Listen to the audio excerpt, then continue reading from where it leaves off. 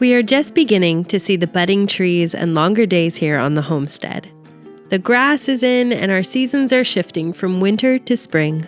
The spring season is for celebrating new life. Think little lambs and ducklings, and in a few months we should be welcoming some tiny babies right here on the farm. But to be ready, we had to make room by saying goodbye to one of our animals, who's walked us along some of the biggest learning curves we've had on our 7 acres.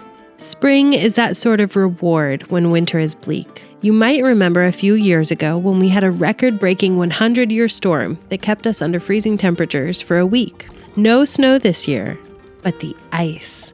The ice arrived with a roar coating everything. During our chores, you might have thought you heard gunshots, but you'd be wrong. We heard limb after limb cracking and crashing for miles around.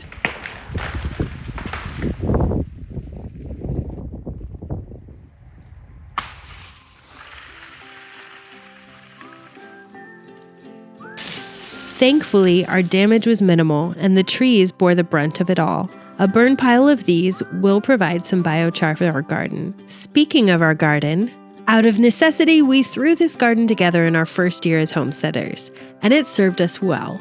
But this winter, we made a decision to pivot. The garden needs to feed our family of 7, yes, but we won't just be growing for us from here on out. We have decided to plant whatever the heck will grow with minimal effort to also feed our animals. So if loofah grows, we're growing it. If squash grows, and even if the aphids come, we're growing it. I can't wait to share with you the cost analysis on growing feed for our animals. Our garden renovation is in full swing. This perimeter fencing is going to be lined with 18-inch garden beds all around. Already, you can see that we're able to fit a variety of fodder trees in these beds that will grow to help us feed our pigs and our cows. Willow, hybrid poplar, and mulberry provide nutritious, protein-packed feed during the drought season. The cows cannot get enough of this good stuff. Most of our fall to winter has revolved around these girls.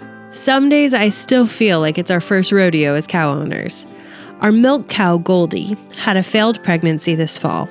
Replaying all of the things that could have gone wrong, we took this opportunity to try again. This time, our focus was on creating the least stressful experience possible. And this time, we were looking to AI for 2. Princess Buttercup was finally old enough to get pregnant. So we practiced getting both bovines into a home-fashioned chute. This is just a few corral panels that we used to build a narrow lane. Then we used their love of alfalfa to train both Goldie and Princess Buttercup to enter in and tolerate a new space. This PVC pipe behind their back legs helped them feel secure. And after a few weeks, they were comfortable enough with this process to have our AI tech out. Praise God that they were both pregnant. That meant it was time to find Princess Buttercup a new home. This girl was highly motivated by food, but needed some training we just didn't have time for. She was going to do best at a home with older kids and someone with experience. But she had fantastic genetics and was pregnant with a full-bred Jersey heifer. The offers came in fast, and she sold for exactly what we were asking. So one early afternoon, we loaded her onto a trailer and said our melancholy goodbyes. What incredible lessons we have learned raising this girl from calf to yearling. Even with the challenges of learning an entirely new animal, I can say, without a doubt, that owning and caring for a cow has taught us such rich lessons. I'm so looking forward to welcoming our first calf on the property in September of this year. Not to be outdone, our Idaho pastured pig herd has multiplied. We will finally have 3 pigs that we grow out to add to our food storage. While we have raised and processed pigs in the past, these are the firstborn on our 7 acres.